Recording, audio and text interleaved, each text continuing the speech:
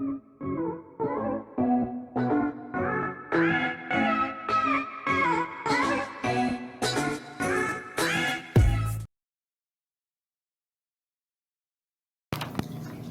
pessoal, tudo bem com vocês?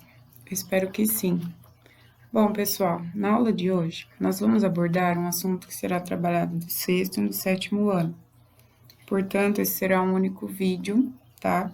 Nós falaremos a respeito dos vírus. Esse vai ser um vídeo que vai ter várias partes, para não ficar muito extenso. Então, a primeira parte a gente vai falar das características dos vírus, tudo bem? Então, vamos lá. Não sei se vocês já viram, né? Mas eu coloquei aí o propriedade da Umbrella Corporation. Por quê? Tem o filme Resident Evil, que foi lançado em 2002. O que falava nesse filme? De um terrível vírus que foi criminosamente solto nas dependências da Umbrella. E, secretamente, a Umbrella desenvolveu pesquisas biológicas. Os funcionários e os infectados se transformaram em zumbis. Então, os vírus já vêm aterrorizando a gente, mas assim, como se fosse uma coisa surreal, né? Mas a gente vai ver que eles são muito próximos de nós. Depois disso, foram feitos até videogames, né? Com o tema do Resident Evil. É um filme bem interessante, depois se vocês quiserem procurar, tá? Porém, não são todos que vão gostar. Depois, pessoal, teve também o The Walking Dead, que estreou em 2010, que é a série, né? Que é uma série pós-apocalíptica também, que contava a história do Rick, que ele era um xerife, e aí, de repente, ele acorda do coma e percebe que o mundo que ele conhecia já não era o mesmo. E aí ele sai em busca da família dele e começa a encontrar vários outros sobreviventes. E aí ele vai ver que um vírus transformou a população em zumbis, né? Então, a gente vai voltar à aula para falar da verdadeira, da onde que estão aparecendo os vírus, né? O que são vírus? Mas antes de responder essa pergunta, vamos pensar. Primeiro, vamos pensar em todos os seres vivos em geral, tá?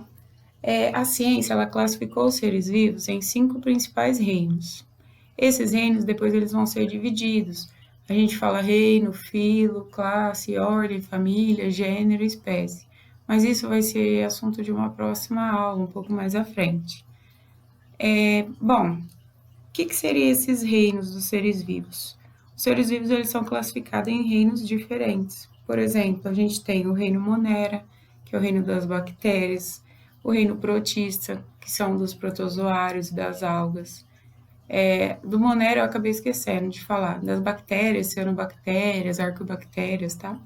O reino fungi, que é o reino dos fungos, o reino plantae ou o reino plantê, né? Depende, cada um fala de um jeito, que é o das plantas, e o reino animalia, que são dos animais. Mas o que isso tem a ver com os vírus, tá? Aonde ficam os vírus? Na verdade, nesses reinos aí, em lugar nenhum. Eles não estão classificados, tá? Há muito tempo ocorre uma discussão na ciência para classificar os vírus, só que os cientistas ainda não entraram em um acordo, tudo bem? Então, assim, tem muitos estudos, uns falam que eles são seres vivos, outros falam que eles não são seres vivos. Então, isso é um impasse que ainda não foi solucionado. Vamos pensar no seguinte: quais seriam as características gerais para um ser ser considerado um ser vivo? Tá? Primeiro, eles têm que ter células, né? Tem que ter uma composição química comum, né, com outros seres, né? O metabolismo, capacidade de se reproduzir e a evolução. Porém, os vírus, eles não vão ter tudo isso, tá? Bom, pensando pelo princípio aí que a gente colocou. Os seres vivos têm células e os vírus. Então, primeiro, o que é uma célula? A célula, gente, é a menor unidade de vida. É ela que se une a muitas outras células para formar nosso corpo. Então, por exemplo, aí tem um desenho de uma célula, que o sexto ano vai aprender ainda o que é célula. A célula ela é como se fosse um tijolinho que forma uma parede, que forma uma casa, tá? Imagina que o seu corpo é a casa. As células vão se unir, formar tecidos, os tecidos vão formando órgãos, os órgãos sistemas, e o sistema o organismo. Vocês viram, né, gente, o Bob aí com o censurado, para vocês não verem as coisinhas dele. Brincadeirinha. Mas vamos lá, é só para descontrair. Bom, tem seres vivos, por exemplo, as bactérias, que eles são unicelulares. O que seria isso, unicelular? Que o corpo dela é feito apenas de uma célula. Mas e os vírus? Os vírus, eles não têm células, tá? Eles não possuem a célula, portanto, alguns cientistas classificam eles como se não fossem seres vivos pelo simples fato de não ter células, tá? Aí vai ter uma estruturazinha de um vírus e depois eu explico para vocês. Então, aí eu coloquei, né, os vírus não possuem células. Os vírus também, eles não têm metabolismo. O que é metabolismo? É o conjunto de transformações que as substâncias químicas sofrem no interior dos organismos vivos. Por exemplo, você está se alimentando, aquele alimento vai ser transformado em substâncias, partículas bem menores que o seu corpo está aproveitando e está fazendo parte do seu corpo. Isso entra em parte do metabolismo. Os vírus já não têm isso também. Bom, vamos pensar. Se ele não tem metabolismo próprio, como é que ele se reproduz? Como é que ele está em todos esses lugares? Bom, o vírus, a gente fala que ele é um parasita intracelular obrigatório. Bom, o que é um parasita? Um parasita é algum ser que vive às custas de outros seres vivos. Por exemplo, o piolho. O piolho, ele é um parasita, né? Fica lá na sua cabeça. O carrapato, né? Que mais? A lombriga, né? Solitária, que é a tênia, são parasitas. Mas ele não é igual, né? Ele é intracelular. O que significa isso? Intracelular.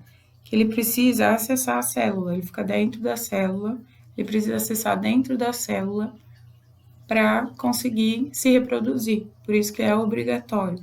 Se ele não fizer isso, ele não consegue. Bom, quando o vírus está dentro da célula, ele é considerado sendo um agente infeccioso. O que significa isso? Que ele pode transmitir infecções e viroses, tá? Mas fora da célula, a gente chama ele de inerte. O que significa inerte? Inerte, ele não tem atividade, ele é sem atividade. Quando ele está fora de uma célula, nós chamamos ele de vírion, tá? Então, ele não é nem chamado vírus ainda, ele é chamado vírion, ok? Quando ele está fora da célula. Bom, a gente fala que ele é inerte, né, fora da célula, e eu trouxe uma foto aí do G1 que está mostrando como que o coronavírus, por exemplo, sobrevive em diferentes superfícies. Por exemplo, no aço, que dá mais ou menos 3 dias, no plástico, 3 dias, no papelão, 1 dia, no cobre, 4 horas, e em poeira, 1,1 hora. Bom, isso daí quer mostrar o quê? Ele está inerte, ele está paralisado, ele não está tendo atividade nesse momento. O vírus ele só é considerado, vamos dizer assim, vivo, ativo, quando ele infecta uma célula.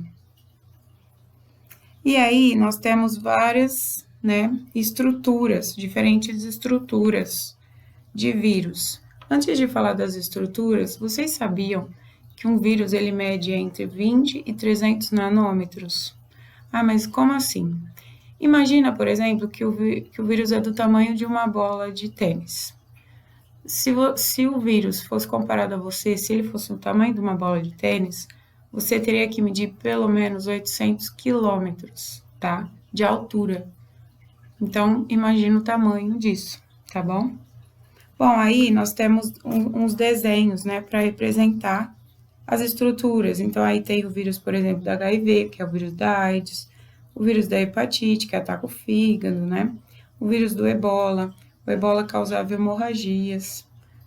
Tem também aí o adenovírus, que causa infecções. Tem o vírus da influenza, que é o vírus da gripe. O vírus da raiva, que ataca o sistema nervoso. e ela é transmitida pela mordida de animais infectados. Tem o vírus bacteriófago, que é aquele vírus que, digamos assim, mata as bactérias. Tem o papilomavírus, que é o famoso HPV, que ele pode ocasionar verrugas, né? Tanto genitais quanto verrugas normais. Tem também o rotavírus.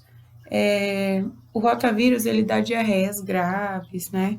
E o vírus da herpes. A herpes, por exemplo, é aquele que dá umas bolinhas na boca da pessoa, né? E em outros lugares também. Bom, como que é então a formação dele? Como que é a estrutura? Ele basicamente é formado por proteína, material genético. O que é material genético? É o material que está lá dentro dele, que vai passar as informações dele adiante para a reprodução. Nós também temos material genético, nós temos o DNA que fica lá dentro do núcleo da nossa célula. Bom, o que mais que forma ele? A proteína forma um envoltório, a gente chama de capsídeo, que dá para ver aí na primeira imagem. Esse capsídeo, ele vai ajudar depois na classificação do vírus, como que o vírus é, qual é o nome que a gente dá, tá? Qual que é a função desse capsídeo? Proteger o material genético. Esse material genético pode ser DNA, pode ser RNA, ou tem alguns vírus que têm ambos. Por exemplo, o citomegalovírus, que pode ter DNA e RNA. Bom, alguns vírus também, eles têm um envelope, tá? O envelope, ele tá localizado externamente ao corpo, né? O capsídeo aí. Esse envelope, ele é formado por lipídios, proteínas, carboidratos. Lipídios são gorduras, tá, gente? E geralmente esse envelope vai vir de membranas de células que ele já parasitou, tá certo? Esses vírus, eles possuem envelopes. Quando a gente vê que ele tem envelope, ele é chamado de envelopado. Então, voltando aí, ó, resumindo também, ele é formado de ácido nucleico, que é o caso material genético, o capsídeo, envelope ou não, tá? Aqui no outro desenho, a gente tem uma imagem de um vírus bacteriófago, que ataca as bactérias. Ele já é um pouco diferente, a gente vai falar sobre ele daqui a pouco. Mas vocês vão ver que ele tem uma cabeça, né? Tem fibras aí embaixo, é um pouquinho diferente, são uma cauda. Vocês vão ver que quando ele vai infectar a célula, ele não precisa nem adentrar na bactéria. Bom, os vírus também, gente, outra coisa que eu esqueci de falar é que a palavra vírus, ela tem origem latina e significa veneno. Então, acho que provavelmente eles deram esse nome por conta das viroses, né, do que ele causava, do mal que ele causava. E os vírus também, eles podem sofrer mutação. O que significa isso? Imagina que um vírus, ele tá com uma característica, de repente ele muda a característica dele. Então, eu coloquei aí um exemplo, né, que vocês vão dar risada, mas tudo bem. Então, imagina que você tem lá um vírus, ele tem uma característica e, de repente, ele ganhou uma característica diferente. Isso daí é considerado bom para ele por conta da evolução, certo? Aí a gente vai entrar nesse tema na próxima aula ou na outra, provavelmente, porque a gente vai falar como que o sistema reage, como que o corpo reage aos vírus. Depois eu falo mais sobre isso. Bom, aqui também está falando a respeito das mutações, né? O que mutações podem representar no combate ao novo coronavírus? Bom, pessoal, quando os cientistas observam os vírus, eles tentam prever mais ou menos o que esse vírus vai fazer. Quando o vírus sofre uma mutação, fica muito mais difícil fazer esse tipo de previsão. Então, o coronavírus, por exemplo, ele está sendo estudado, né? Estão observando todo o genoma dele, mas a gente precisa, né, que seja assim, que ele não sofra tantas mutações, né? Vamos ver o que espera a gente aí. Bom, aqui nós vamos falar a respeito da reprodução do vírus. Como que é a reprodução do vírus? Então, aqui eu vou dar um exemplo mais simples, que é de um bacteriófago. Depois vocês vão ver que tem dois tipos de ciclos de reprodução, tá?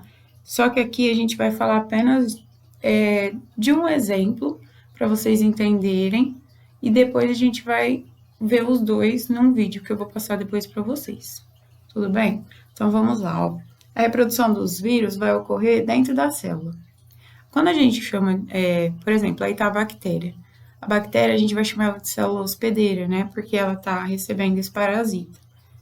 E a gente chama ele de parasita intracelular obrigatório por conta disso mesmo, que é necessário que ele mantenha o contato ali. O que ele vai fazer? Ele vai chegar aí, primeiramente ele vai chegar até a célula, e aí ele vai ter, essa infestação vai começar quando ele reconhece quimicamente as fibras que estão ali nele, vai reconhecer a membrana da bactéria. Então, geralmente, o vírus ele é específico, ele vai ter uma proteína ou algum local que ele vai se agrupar ali na membrana, tá? Ele vai se aderir. Se aderiu, ele vai contrair as fibras dele e vai introduzir dentro ali da célula, no caso da bactéria, que é um ser unicelular, só tem essa célula, ele vai introduzir o DNA dele, tá? Então, vocês estão vendo essa fitinha rosinha aí. Depois disso, o que vai acontecer? O vírus, ele vai conjugar o DNA dele com bacteriano. E aí, ele vai começar a comandar as atividades metabólicas dessa célula. Então, ele vai meio que parar a célula para fazer as coisas para ele, tá? Daí em diante, o que vai acontecer? A célula, a bactéria, no caso, vai começar, tudo que ela for sintetizar, tudo que ela for produzir, vai direcionar para produzir novos vírus. Ou seja, ele vai infectar a célula e vai colocar ela para produzir coisas para ele, no caso, outros vírus. Então, aí vai produzindo até começar uma proliferação, né? E novos vírus vão surgir ali. Surgindo esses novos vírus, eles serão liberados e aí o ciclo começa tudo de novo. Então, vão para outra célula e vão atacar geral, tá bom? É assim que acontece. Bom, esse ciclo aí, pessoal, demora, nesse caso, mais ou menos uns 30 minutos. Desde a hora que ele gruda ali, né, se adere na célula, até a hora que ele vai sendo liberado. E vocês vão ver que essa reprodução corre basicamente através de dois tipos de ciclo. Tem o ciclo lítico e o lisogênico. A gente vai ver daqui a pouco um vídeo que eu vou deixar aqui no link na descrição sobre os dois ciclos para vocês entenderem qual que é a diferença de um e qual que é a diferença do outro. Bom, vou deixar aqui uma até a próxima, porque é isso, assim, eu tentei resumir o máximo possível, eu espero que tenha ficado claro para vocês. Eu vou deixar, então, aqui no link um vídeo para ilustrar a diferença dos dois ciclos, principalmente, do bacteriófago, porque é o exemplo mais usado. Tem outros, tá, gente? É que eu não vou colocar todos, até porque o conteúdo está destinado também ao 6º ano, o pessoal ainda está vendo um monte de nome novo, né? Então, assim, eu vou passar um resumo e depois a gente fala isso melhor em aula. Se der tempo, no próximo vídeo eu melhoro isso também para vocês. Então, eu tô deixando aí no link, tá? Diferença dos dois ciclos. E outra coisinha que eu vou pedir. Reza a lenda, tá, gente? De quem não curtir esse vídeo, vai mal nas atividades, hein? Então, curte esse vídeo aí. Deixa seu like. Brincadeirinha, viu? Então, aqui embaixo também vai estar a atividade para vocês responderem, tá? Pessoal, eu não vou colocar data específica para essa atividade, eu não deveria nem ter colocado na outra. Assim, respondam, né, com calma, depois a gente vê o que dá para ser feito, porque tem gente que não estava com acesso à internet e está me procurando ainda para falar da outra atividade. Então, respondam aí com calma, tudo bem? Beijos de longe, bom final de semana e deixa o like aí no vídeo. Obrigada, tchau, tchau. Oi, pessoal, tudo bem com vocês? Eu espero que sim. Bom, pessoal, na aula de hoje, nós vamos abordar